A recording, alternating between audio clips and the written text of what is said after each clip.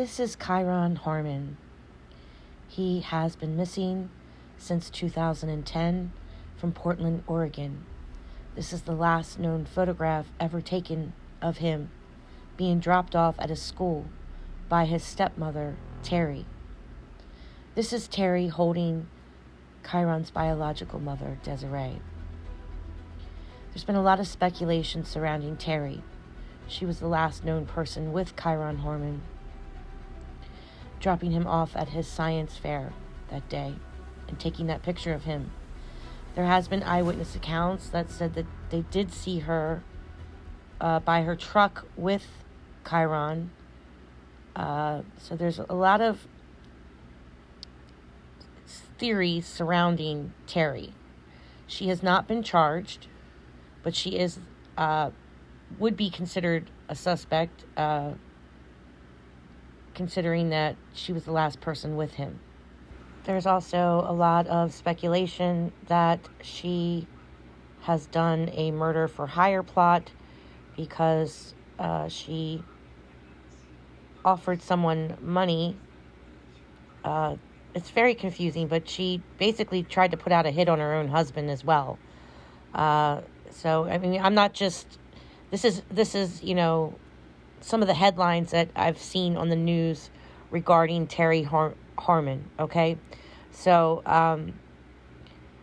I think I am comfortable enough to pull her name, Asteroid, and see where it falls on the charts. So there is a Terri in the Astro databank.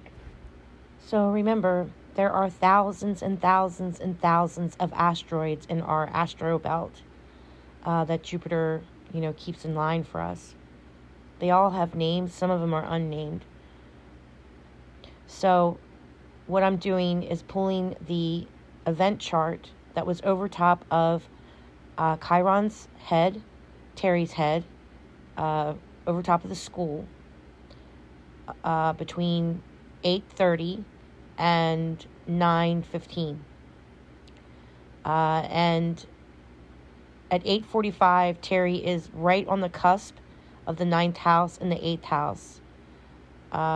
As you go into 9:05, she starts to show up as a direct enemy, basically, to Kyron. She goes into the 8th house of death and transformation, I'd say around 9:05. She hangs out there, and then she would go into the house of a direct enemy of Kyron. So the 8th house rules murderers, killers, and pretty bad people.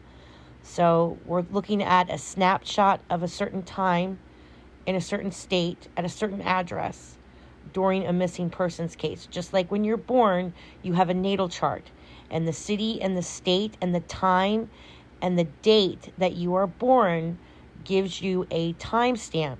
So I'm pulling up a timestamp of when Kyron went missing, okay? When he's unaccounted for. And Terri's name, Asteroid, shows up in the 8th house of death, transformation, and in criminal astrology, okay? Not on your natal chart, but in criminal astrology on an event chart. The 8th and the 7th house are pretty dark houses to a victim. We look for people that show up in there. They could be a witness, or in the 7th house, they can kind of be somewhat involved in the crime, or saw something, or are basically the enemy, or basically the bad guy, okay? And especially the 8th house is a little bit more dark because that is the house that's ruled by Scorpio. Scorpio rules death and transformation, and it is the house of, you know, some taboo things, and it's where we find killers and murderers, okay? So I just wanted to show you, Terri does show up in the 8th house of death. She is showing up conjunct the moon. So what this is telling us is that Terri is not just only a direct threat to Kyron. It's showing that she's a mother figure to Kyron, okay? Because she's at the same degree, the 11th degree, which means shocking events, and other people's children, other people's older children, actually, is the 11th degree. Okay? So, because the 5th house is where we look for your childhood. The 4th house is, it can also, well, the 5th house is children, but the 11th house is other people's children, and you can find your older siblings in there as well. So I find it interesting that that the moon and Terri are showing up at 11th degree. It rules other people's children in the community, right? So, because the 11th degree rules the community. So I find that very interesting. Also rules friendship groups and other people's children in the community. And it also rules shocking, unexpected events, because that degree is ruled by Aquarius. So you see, you have Terri right next to the moon in the 8th house of death, which rules murderers and killers. Okay, let's just be real here and honest. Okay, that's what that house rules. Now, this is astrology. You don't have to take it as fact. Everything I'm saying is, this is just astrology. I find it very interesting, though, that she's there. And not just that she's there, that the universe is telling us that she's there, and she's a stepmother because of the moon, because she's the same degree as the moon. So it's a mother figure that is a direct threat to this child. Next to the moon, you have the actual wounded healer Chiron, which means a wound that never heals. A deep-seated wound in the 8th house is extreme transformation for Chiron to be there. That's that little K with the circle right next to it that I have circled. And, Chiron isn't the ruling planet on the chart that rules the victim, but because Kyron is named after Chiron, that is who he is named after, the wounded healer in astrology, a wound that never heals, and being able to heal others but cannot heal yourself. That's who Kyron is named after, but it's just spelled a little different. A lot of people pronounce Chiron, and I've heard people pronounce Chiron in many different ways. I've heard people call Chiron Karen. I've heard them say Charon. I've heard them say Chiron. I say Chiron. So a lot of people pronounce Chiron differently, but that is who Chiron is named after. And then you have Neptune there, which makes me think, was he given any type of medication? Was he seen on film? Because Neptune also rules film. And here we have this last photograph that was taken of him at the science fair before we never see him ever again.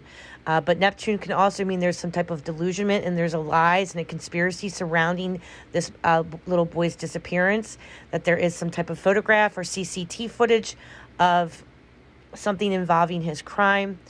And there's something that there could be drugs involved, that he could have been given medication. And then you have Nessus in there, which is an actual physical attack that would cause a death because it's in the 8th house of death. Now, of course, we want to keep hope alive that Chiron is alive and that, he will one day come back to us.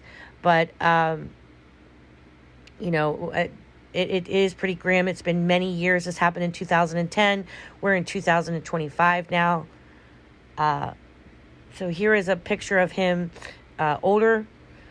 Just please continue to keep Kyron in your prayers. But I wanted to show you the 8th house. I can break down the whole chart if you want me to, but this is what I have for now. And I just wanted to show you where she shows up in the astrology. The universe is talking to you. We just have to figure out how to listen to it. I think, my personal opinion, I believe that she's involved, but that's just my own personal opinion. Again, she is given the presumption of innocence until proven guilty. That's just my astrological opinion. Okay, blessings to you all. Take care of one another. Be kind to one another. Blessed be. Bye-bye now.